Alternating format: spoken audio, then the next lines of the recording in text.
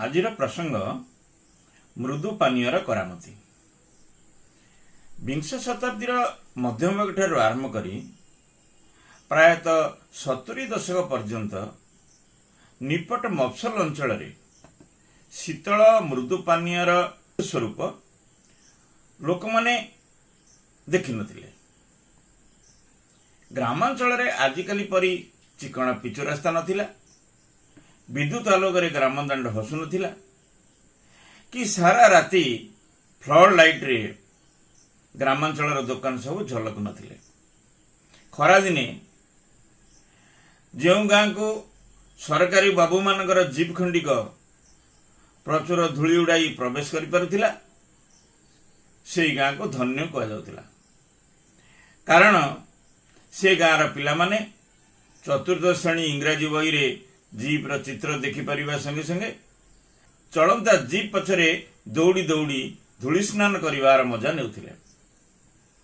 गाँ गहली रे का घर को कुणिया मैत्र आसिले सर्वप्रथमे सेमान को विशुद्ध लेंबू शरबत परसिबार विधि थिला बाला घर लोक माने दही शरबत भी परसुथिले।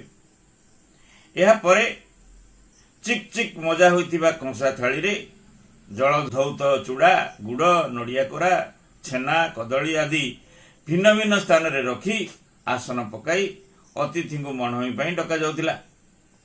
अवश्य अतिथि को भोजन पूर्वरु से सबको निज हाथ रे चकटी उदरस्त करिवार कष्टटी करिबाको होतिला।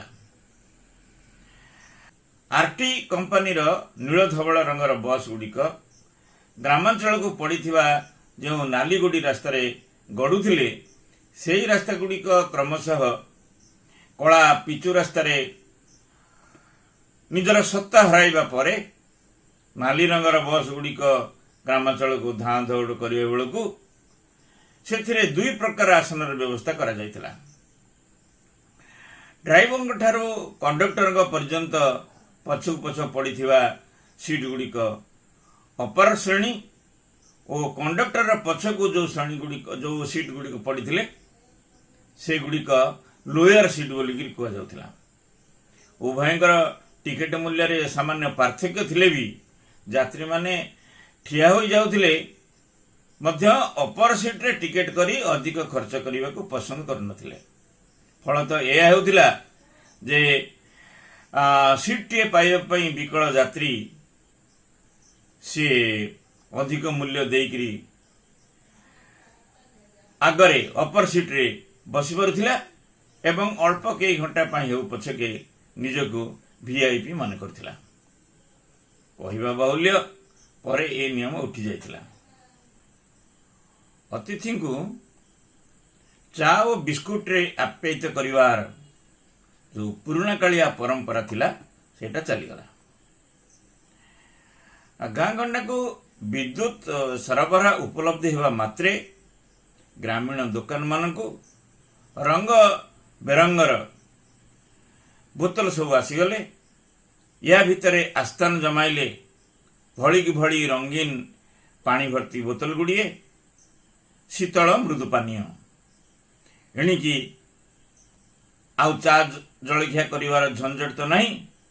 केवल अतिथि चर्चा नुहे विवाह व्रत बरजात्री पुरोहित एमान ठारू आरंभ करी श्मशान रे शव वाहक मान को आप्यायित करने दरकार है। ऑफिस रे किराणी ठारू बड़ बाबू पर्यंत सेक्शन हेड ठारू डायरेक्टर पर्यंत से खुशी करने ये एक भल आयुध पलटिगला। पानीयर रंग अनुसार बोतलर ढंग अनुसार यार नाना प्रकार नाम दिगला एवं विविध नाम धारण करी उक्त मृदु पानीय एबे बहु स्थान रे बहु बाजार रे उपलब्धि होछि। 1676 मसीह डी लिमोनिडियस नामक एक कंपनी फ्रांस राजधानी पेरिस ठारे चीनी और लेंबूर एक शरबत कंपनी खोली बेस आदृत होता। यही कंपनी सुफल लक्ष्य करी यार 40 वर्ष पर 1771 मसीह इंग्लैंड जोसेफ प्रिस्टले नामक जनिक इंग्रेज व्यक्ति सी भी रसायन विज्ञानी से अंगारकाम्ल युक्त बा कार्बोनेटेड वाटर उद्भावन कले जहाँ लोक मान खूब तृप्तिदायक थिला। तत्पर जन्मरे जन्मित जैकब स्वेपे नामक जनिक व्यवसायी 1783 मसीह यही अंगारकाम्ल गैस को बोतल में भर्ती करी और ता सहित अदा रस आदि मिसाई बाजार को छाड़े। अमेरिकार जनिक फार्मासिस्ट जॉन पेम्बरटन 1886 मसीह कोकाकोला उद्भावन करथिले। अवश्य यह मृदु पानीय भाव नुहे, पेट गोलमाल और मुंड बिंधा पाई यह एक टनिक रूपे बाजार उपलब्ध होउथिला। मात्र दिन कईटे यह एक मृदु पानीय भाव सर्वादृत हो गला। 1983 मसीह कालेब ब्राधम नामक अमेरिकार अन्य जने फार्मासिस्ट पेप्सी कोला नामक अन्य एक मृदु पानीय उद्भावन कले। यह मध्य एक हजमी औषध भाव बाजार उपलब्धि होइथिला। विंश शताब्दीर आगमन सह मृदु पानीय सारा पृथ्वी रे आदृत हो जाइथिला। प्रतिटी ग्राम प्रतिटी सहर रे यह पहुँचवा गणमाध्यम गुड़िक मध्य सुजोग सृष्टि करदेले। यार मूल्य भी सेते अधिक हैला नहीं, जहाद्वारा नितांत अर्थभावी लोक या किणी पारिबो नहीं। आबाल वृद्ध वनितांकर प्रिय यही पानीय गुड़िक जेतिकी चक्षु और जिह्वा रोचक सेतिकी बिचारा शरीर पाई घातक स्वरूप है। मृदु पानीय गुड़िक मुख्य उपादान गुड़िक है चीनी, केतेक रासायनिक पदार्थ, कृत्रिम बास्ना और जल। यही पानीय रे कौन सी खाद्य मूल्य जहाँ कैलोरी रे प्रकाश करा जाई पारंता ताहा न थाए।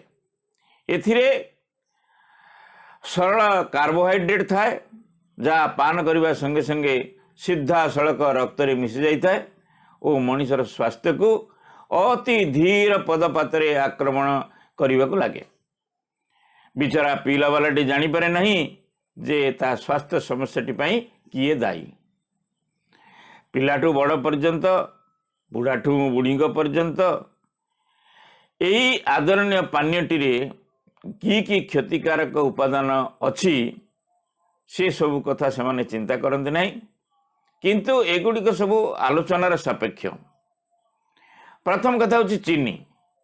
प्रायतः समस्त मृदु पानीय रे चीनी एक मुख्य उपादान भाव व्यवहार करा जाता है।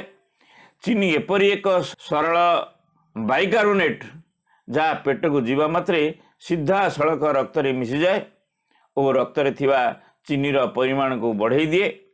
नियमित रूपे यह पान कर व्यक्तिर रक्त रे शर्करा गुड़िक वृद्धि करी यह द्वितीय श्रेणी मधुमेह बा टाइप 2 डायबिटीज सृष्टि करे। यह व्यतीत हृत्पिंडर क्षति करिवारे, शरीर चर्बी वृद्धि करिवारे यह सहायक होता है। मोटापण जो श्वास प्रश्वास जनित कष्ट संग को क्लांति, आलस्यता और कर्मकुशलता क्रमशः वृद्धि पाइबा लगे।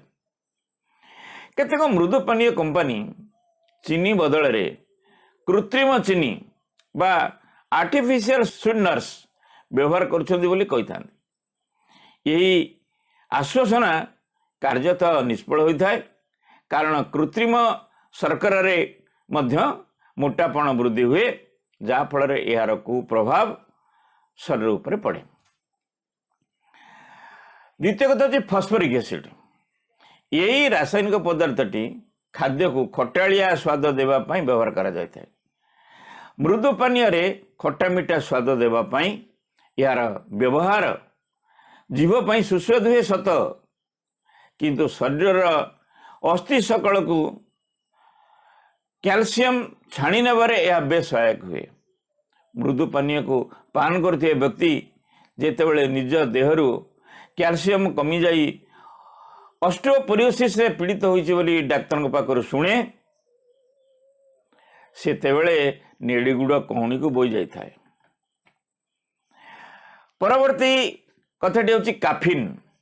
ଚା ପତ୍ର ଓ କଫି ମଞ୍ଜିରେ ଥିବା ଅଳ୍ପ ଉତ୍ତେଜକ ପଦାର୍ଥଟି କାଫିନ୍ ନାମରେ ଜଣାଶୁଣା। ମୃଦୁ ପାନୀୟ କମ୍ପାନୀମାନେ ଗ୍ରାହକଙ୍କୁ ନିଜ ପ୍ରସ୍ତୁତ ପାନୀୟ ପ୍ରତି ଆକୃଷ୍ଟ ଓ ଅଭ୍ୟସ୍ତ କରିବା ନିମନ୍ତେ ଉକ୍ତ ଉତ୍ତେଜକ ବା ଷ୍ଟିମୁଲେଟରକୁ ମୃଦୁ ପାନୀୟରେ ମିଶାଇଥାନ୍ତି, ଯାହା ଉଚ୍ଚ ରକ୍ତଚାପ, ହୃଦଚାଳନାର ଗତି, ଉତ୍କଣ୍ଠା ଓ ଆବେଗକୁ ବଢ଼ାଇଥାଏ। ଏହା ମଧ୍ୟ ନିଦ୍ରାହୀନତାର ପ୍ରଧାନ କାରଣ ହୋଇଥାଏ। କେତେକ ସୋଡ଼ା ପାନୀୟ ଉତ୍ପାଦକ ସଂସ୍ଥା ଫଳ ରସ ସହ କଫିନ୍ ମିଶାଇଥାନ୍ତି, ଯାହା ସୋଡ଼ା ପାନରେ ରୁଚି ରଖୁଥିବା ବ୍ୟକ୍ତିମାନଙ୍କର ଅନିଦ୍ରା, ଉଚ୍ଚ ରକ୍ତଚାପ ଓ ହୃଦରୋଗର କାରଣ ହୋଇଥାଏ। ତେଣୁ ମୃଦୁ ପାନୀୟର ତୀବ୍ର ଆକର୍ଷଣରୁ ନିଜକୁ ଯଥେଷ୍ଟ ଦୂରରେ ରଖିବା ଦରକାର। ଖରାଦିନ ମାନଙ୍କରେ ପେଟ ଥଣ୍ଡା କରିବା ଆଳରେ ସାମୟିକ ତୃପ୍ତି ବଦଳରେ ନିଜର ସ୍ୱାସ୍ଥ୍ୟକୁ ବିପଦପନ୍ନ କରିବା ଏକ ଗର୍ହିତ କାର୍ଯ୍ୟ। ବରଂ ସାମାନ୍ୟ ଶୀତଳ ଜଳରେ ଲେମ୍ବୁ ସରବତ ପ୍ରସ୍ତୁତ କରି ଅତିଥି ଚର୍ଚ୍ଚା କରିବା ସହ ଖରାଦିନେ ଏହି ପାନୀୟକୁ ପରିବାରରେ ଆପଣେଇ ନେବା ଅଧିକ ସ୍ୱାସ୍ଥ୍ୟପ୍ରଦ ହେବ।